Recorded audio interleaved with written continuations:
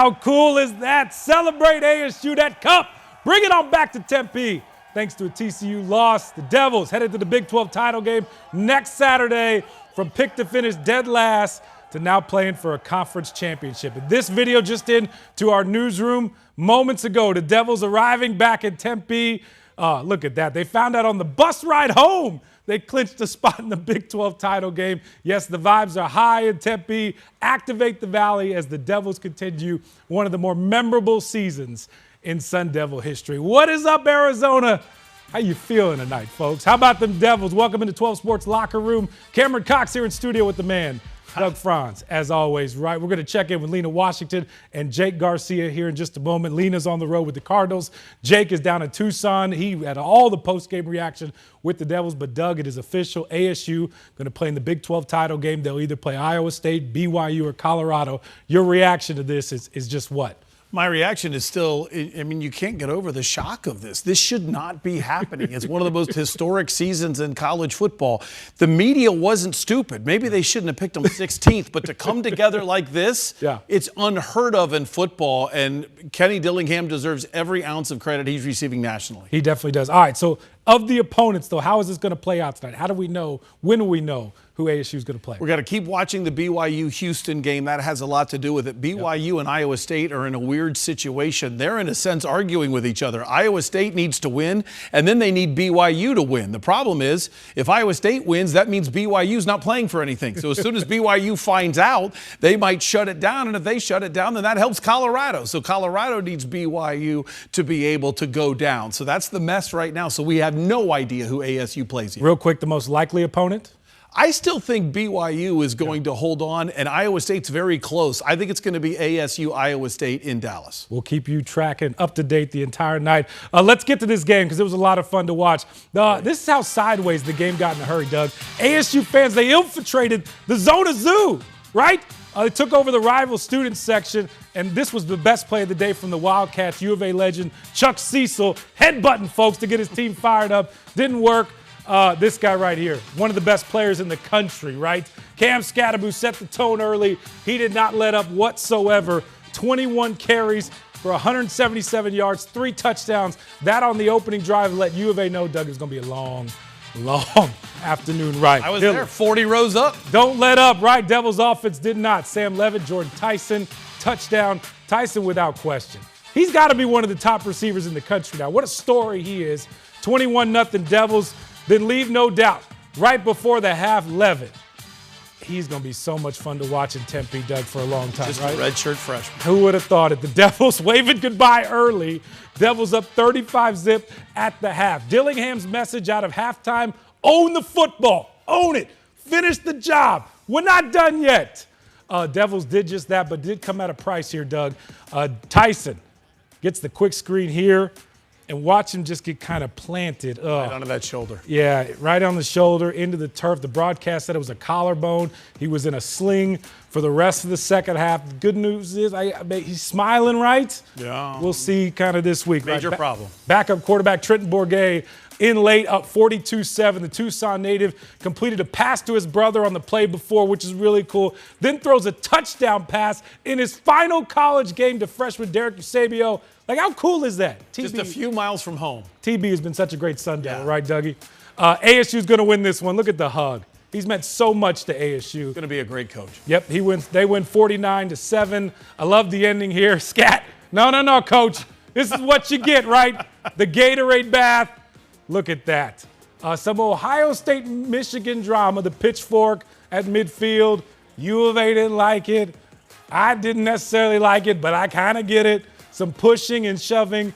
No, it didn't get out of hand, though, Doug. I'm glad it didn't get, no pepper spray. So we were a step ahead of Ohio State, Michigan. Charlie Rago right there saying, get back, guys. Finally, the cup back in Tempe. And look at this. It's very fitting. Skattebo, the one holding it, taking it to those who made the drive, including Doug, down there to Tucson. One of the most lopsided wins in Territorial Cup history from 3 years ago. Remember, 3 wins a year ago. 10 wins now and a chance to win a Big 12 title and be in the college football playoff. How cool is that? Devils had 643 yards of offense. U of A just 210. Let's get reaction. Jake Garcia in the middle of it all. It was a Territorial Cup crushing, a supposed trap game that turned into a track meet for the ASU offense. Sun Devils scored on their first 4 possessions. They raced out to a 35-0 halftime lead and never looked back. The usual suspects at it again. Hat trick Scat, 3 touchdowns in the first half. Jordan Tyson over 100 receiving yards by the break, and Sam Levitt was surgical all day long. Pretty easy for me. I'm just throwing check downs and wide open guys, so a testament to them and super happy for our team. Sam Levitt made a lasting impression in his first Territorial Cup, inspired to end ASU's 2-game losing streak to its rival. Go out there and put it to them, especially after what they did to us last year. I obviously wasn't a part of that, but glad that I could be a part of this. Levitt threw 3 touchdowns and connected with Jordan Tyson 8 times for 143 yards. A decisive win over the heavily hyped U of A duo of Noah Fafita and Teteroa McMillan. We talked about that early in the week. We said, hey, they're supposedly the duo, but we wanted to come let them know what it really was. Cam Skattebo, also a man on a mission. The fruits of his labor ended with the hoist of the cup. We planned that all year, that was our cup. That cup's going to stay in Phoenix for a long time. I don't think he ever plans on getting rid of it, so we might as well write ASU on that one for now. Kenny Dillingham said he's proud of the turnaround. A group of misfits that somehow came together. Transformation that he says is even more important than the trophy. He tried to give me the cup. I'm like, no, that's yours. Right? I haven't even touched it yet, right? Because, people are trying to, hand it to me and go tell you. I'm like, that's not mine, it's theirs, and they've earned it. There's been a theme of ASU starting strong and then holding on for dear life down the stretch. But today, the Sun Devils played a full 4 quarters. Kenny Dillingham called it their best game and the most important game of the season. Reporting in Tucson, Jake Garcia, 12 Sports. Thanks a lot, Jake. Time to bring in our insider, Doug Franz, host of the Doug Franz Unplugged podcast. Literally, our insider was inside the stadium, in the stands. I was. Hope you said hi to him. Doug, this is unbelievable, what Kenny Dillingham has done to turn this program around. When you just think about this season, what are the thoughts? What are the emotions that come to mind? It's really cool following Sun Devils and talking to Sun Devils today because I hope they get it, how special this truly is. One of the greatest turnaround in college football history is K-State, but that took maybe 4 years, 5 years for Bill Snyder to be able to do that. To do this in 1 year is incredible. Now, ASU wasn't down as low as K-State was, but I would say in the era of the NIL and the transfer portal, to be able to get this many kids together while at Camp T, bring something and build something, overcome the Cincinnati and Texas Tech loss, and then be here in a guaranteed spot in the championship game. Look at that. It's impossible. Look, Doug, you hit on it. To get people to stay in Yes. this era where ASU coming in this year didn't have a lot of support. They had some tough years, kind of like the Suns back in the late 2000s where they just went through some doormat years. And then all of a sudden, in a matter of a couple of months, that we have seen this program gone from what it was to now being one of the teams talked about in the college football playoff. It's incredible. You said it when you threw to the highlight. 3 wins. That's a 3-win team in 2023 that you see celebrating. Most of the same guys, too. Yeah, and that's impossible. And then a redshirt freshman quarterback who didn't have the job when he left for Camp T, and he's got it coming back. Recently this week, somebody already asked him, said, hey, what were you thinking about? Did you know this could happen? Did you know you could be together like this going to Camp T? And Sam Levitt's quote was, I was just trying to get the job. So you could see how far this team has come. Doug, let's talk about Kenny. He's kind of the head of all this, and he's done it. How has he done it? He's done it, number one, by getting the players to believe. And every time something happened, the confidence has grown. But where I would give him the most credit is he is such a preparation freak that he actually talks about game scenarios that then turn around and happen on that Saturday. So guys are like, that's what Coach said. That's what Coach said. It was going to happen. And then when it does happen, they believe in him more. Yeah. And then he gives them more trust. And then they take that trust and do something with it. Yeah, and then, of course, the head of the snake for the Devils, Cam Skattebo. They've taken on the identity of their should be in the Heisman conversation running back, right? Well, he would be in the Heisman if it wasn't for the shoulder injury earlier in the year. And it's sad that that's the only thing that stopped him. But absolutely, the way he runs over people. You just saw Jordan Tyson there, too. Tyson wasn't somebody we talked about nationally until this offense started rolling. Yeah. But what Cam did, I would think, is the number one thing, is he gave Sam Levitt time to learn. And adjust. Sam has become better and better and better, and he would not have had that time early on if it wasn't for the performance of Cam Skattebo. With Cam running so well, now Levitt has grown into the true leader of this offense. All right, Doug, we got about 30 seconds left. Paint the picture for ASU fans next week. How big is this moment? What should they feel? What are they going to feel this week? What's these next 7 days going to be like as they get ready for the Big 12 title? I would say, number one, flights to Dallas are going to increase in price. Buy them now. Now. Right? Now. Buy them now. And then number two, I would tell you this.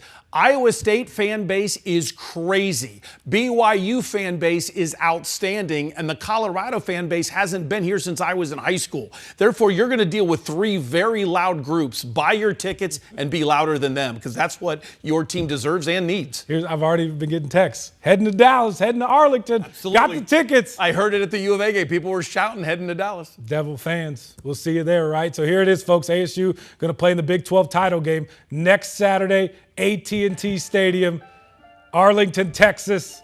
They're going to play either Iowa State, BYU, Colorado. That's still getting worked on right now. We're going to keep track of that throughout the night. It might be a long night before we kind of figure this all out. Kickoff 10 a.m. local time. So we're going to have breakfast and football next Saturday all day. It's going to be great. 12 Sports will be there. Let's get more reaction from Tucson. Jake Garcia on the field one-on-one with A.D. Graham Rossini.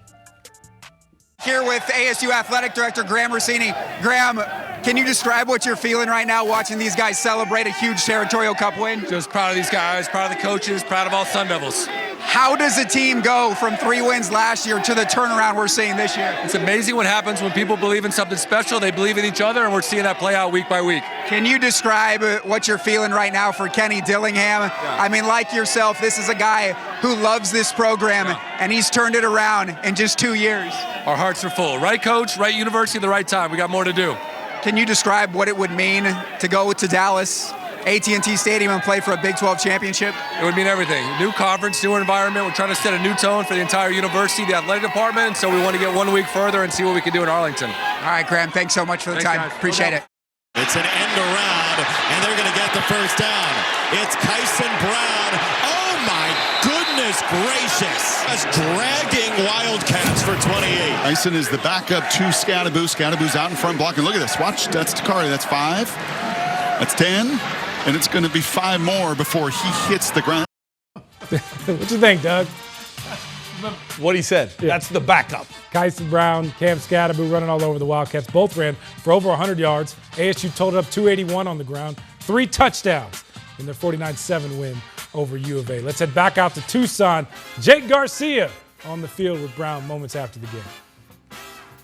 I gotta imagine beating your rivals is always a good feeling, but to do it 49-7, what kind of message did you guys send today? Man, we sent the message. We got a different group of guys this year. This ain't the same team that was last year. How much was last year weighing on you guys, and the fact that they had won 2 in a row against you? We had a chip on our shoulder, and we knew what we needed to do. So we came out and did what we were supposed to do. Your first career 100-yard game as a Sun Devil? That's right, you heard it here first.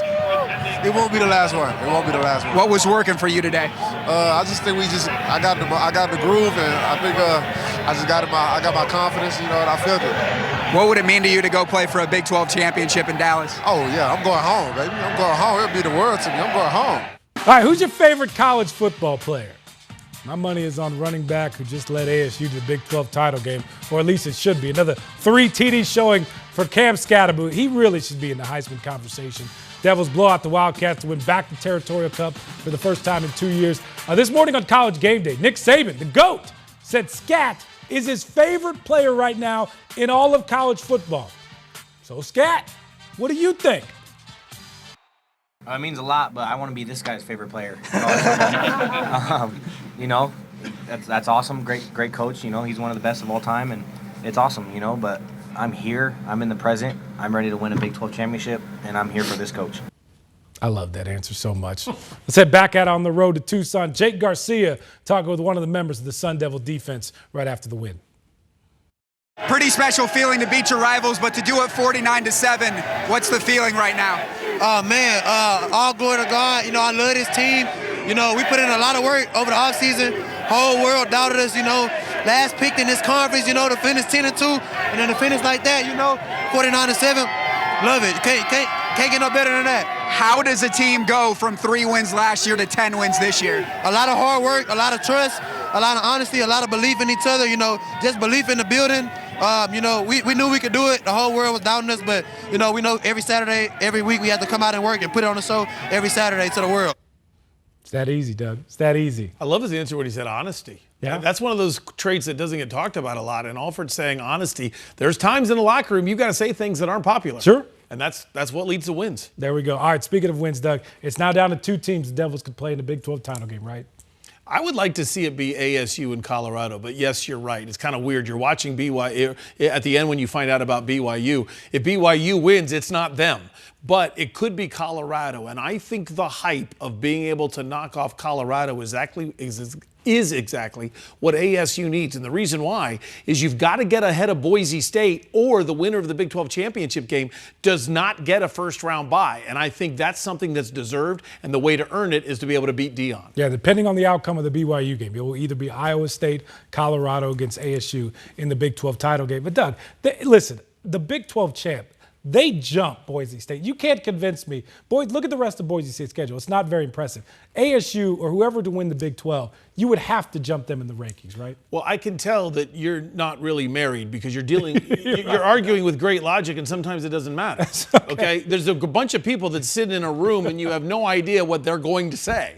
And if they come out and say it's still Boise State, then you're stuck. Sure. But do I agree with you? Absolutely. There's no doubt the Big 12 champion would have played a harder schedule than Boise State, and therefore you should be able to be gravy trained right into the Fiesta Bowl. Doug, we got about 25 seconds left. The most impressive thing you saw today from ASU was what?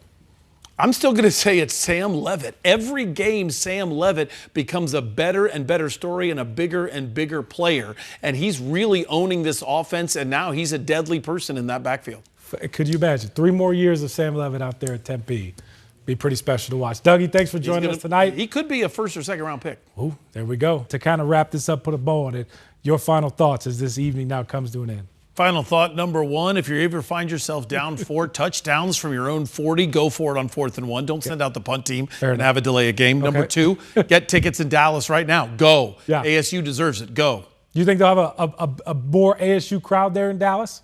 Seems like this Valley's activated enough. An Iowa State crowd, but they would beat a Colorado crowd. I think without Iowa State fans are nuts. Sure. I'm telling you. But Sun Devil fans are nuts. Hopefully. Especially. Hopefully. The game's going to be early, though. It's going to be early. 10 a.m. kickoff, but local it's noon time. there, so if you go, you're up and you're ready. You're up and you're ready to go. Or 11 there, I should say. Devils back in a title game for first time since 2013. They have a chance. Keep winning, and they're in the college football playoff. They could be in the Fiesta Bowl, Cam. How cool will that be? Yes, Fiesta Bowl. Wouldn't that be something?